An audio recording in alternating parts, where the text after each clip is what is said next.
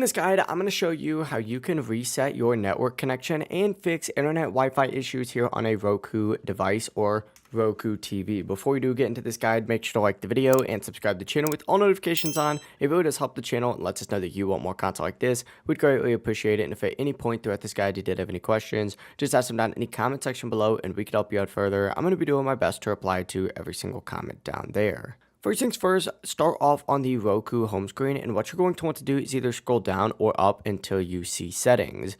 Once you open up your settings, what you're going to want to go ahead and do is just scroll over and then scroll up again until you see system, select that, and then go to the advanced system settings and open that up. From here, you're going to see a tab that says network connection reset. Go ahead and select that and then hit reset connection. And what this will do is erase your saved Wi-Fi networks and restart your Roku device automatically. Whenever it restarts, you'll need to connect to your internet again, but it really is as simple as that. If you're still having any connection issues, try power cycling your router. Just unplug it for 30 to 60 seconds, then plug it back in and reconnect to your Roku.